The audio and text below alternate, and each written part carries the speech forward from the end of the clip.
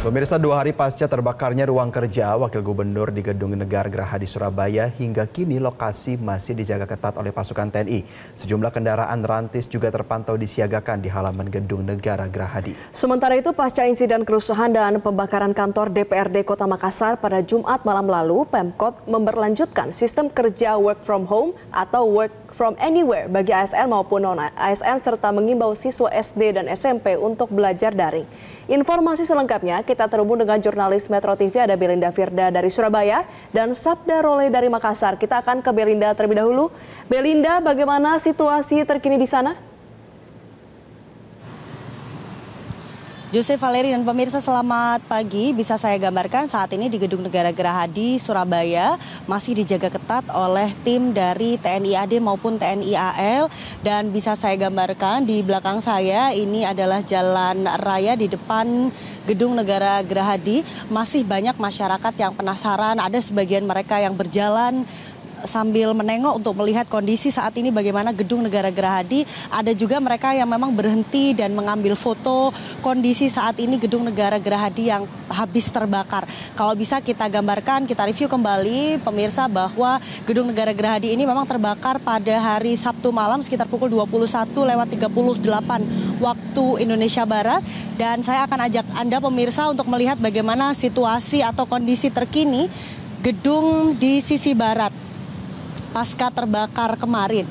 Jadi ini adalah ruang kerja Wakil Gubernur Emil Elestianto Dardak yang terbakar, seluruh gedung sisi bagian barat hingga ke belakang. Kalau bisa saya gambarkan, ini yang kemarin dilalap si jago merah. Dan beruntungnya karena memang ini adalah gedung bersejarah, sudah ada sejak sekitar tahun 1700-an dan mulai beroperasi atau digunakan sejak tahun 1930-an. Jadi ini sisa-sisa bangunan utama, struktur bangunan utama ini masih kokoh berdiri, namun memang bagian atap atau genteng yang ambruk. Dan saya melihat pemirsa masih ada beberapa titik yang mengeluarkan asap. Di beberapa titik untuk sisi bagian depan ini masih ada sedikit asap. Dan masih tampak puing-puing yang berserakan, ada juga sisa-sisa dari lemparan batu yang dilemparkan oleh massa pada hari Sabtu malam. Dan beginilah kondisi saat ini. Kalau bisa saya gambarkan, untuk gedung utama ini masih berfungsi. Kemarin juga masih digunakan untuk pertemuan dengan beberapa anggota TNI, kemudian Pangdam 5, kemarin juga masih melakukan pertemuan dengan gubernur di gedung utama. Pemirsa, saya akan mengajak Anda melihat untuk situasi saat ini di Gedung Negara Gerahadi. Jadi ini adalah di layar kaca Anda, ini gedung utama yang masih bisa digunakan dan bisa kita saksikan bersama. Untuk anggota TNI masih berjaga, bahkan ada juga kendaraan rantis yang juga berjaga tepat di depan Gedung Negara Gerahadi. Ada juga Dinas Pemadam Kebakaran Kota Surabaya yang juga bersiaga. Kalau bisa saya perkirakan, ini ada sekitar puluhan anggota TNI AD maupun AL yang tetap berjaga di halaman Gedung Negara Gerahadi Surabaya. Diharapkan apa yang terjadi kemarin ini bisa menjadi evaluasi bahwa kita sebagai masyarakat berfokus pada menyampaikan aspirasi dan tidak kembali merusak fasilitas yang ada di Surabaya khususnya. Sementara demikian, kembali ke studio, Valeri, Jose. Baik, dari rekan Belinda Firda kita beralih ke rekan Sabda Role di Makassar. Sabda, selamat pagi. Bagaimana situasi pagi ini di Makassar, khususnya di depan kantor DPRD?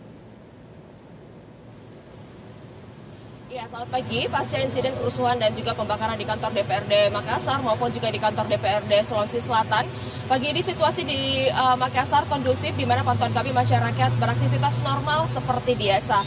Kemudian imbas dari insiden yang terjadi pada Jumat malam lalu, Pemkot Makassar memberlakukan sistem kerja work from anywhere atau WFA bagi aparatur sipil negara atau ASN maupun juga non-ASN. Tidak hanya itu, siswa SD, SMP pun diimbau untuk menempuh pembelajaran jarak jauh atau belajar secara daring.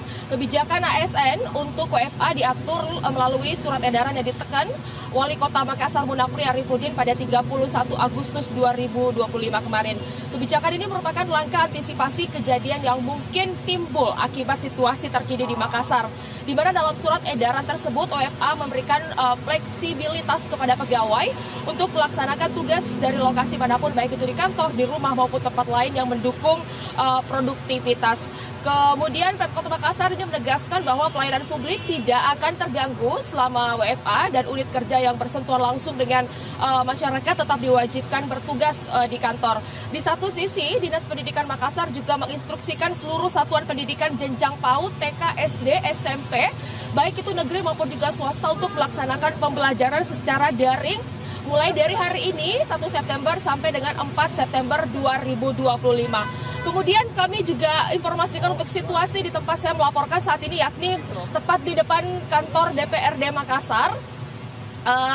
Saat ini kondisinya kondusif, di mana 3 hari pasca insiden kerusuhan pembakaran, tim gabungan sedari kemarin sudah melakukan pendinginan, pembersihan puing-puing sisa kebakaran dan juga asesmen atau kaji cepat kerugian akibat insiden yang terjadi pada hari Jumat malam kemarin. Pantauan kami juga saat ini kantor DPRD Makassar hingga di kantor DPRD Sulawesi Selatan dijaga oleh puluhan personil dari TNI selama 24 jam. Pagi ini kami juga memantau bagian depan kantor DPRD, ini sebagian sudah dipasangi pagar dari seng setinggi kurang lebih 1 meter.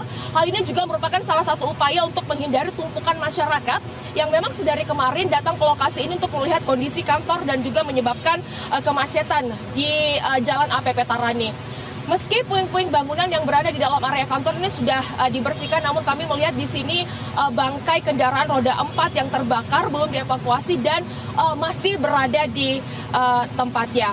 Dan informasi yang kami dapatkan dari pihak BPBD, jumlah kendaraan roda 4 yang dibakar oleh massa demonstran pada Jumat malam kemarin ini mencapai 67 mobil dan juga 15 motor. Kondisi 82 kendaraan yang terbakar ini hangus dan rusak parah dan hanya menyisakan puing dan juga bangkai.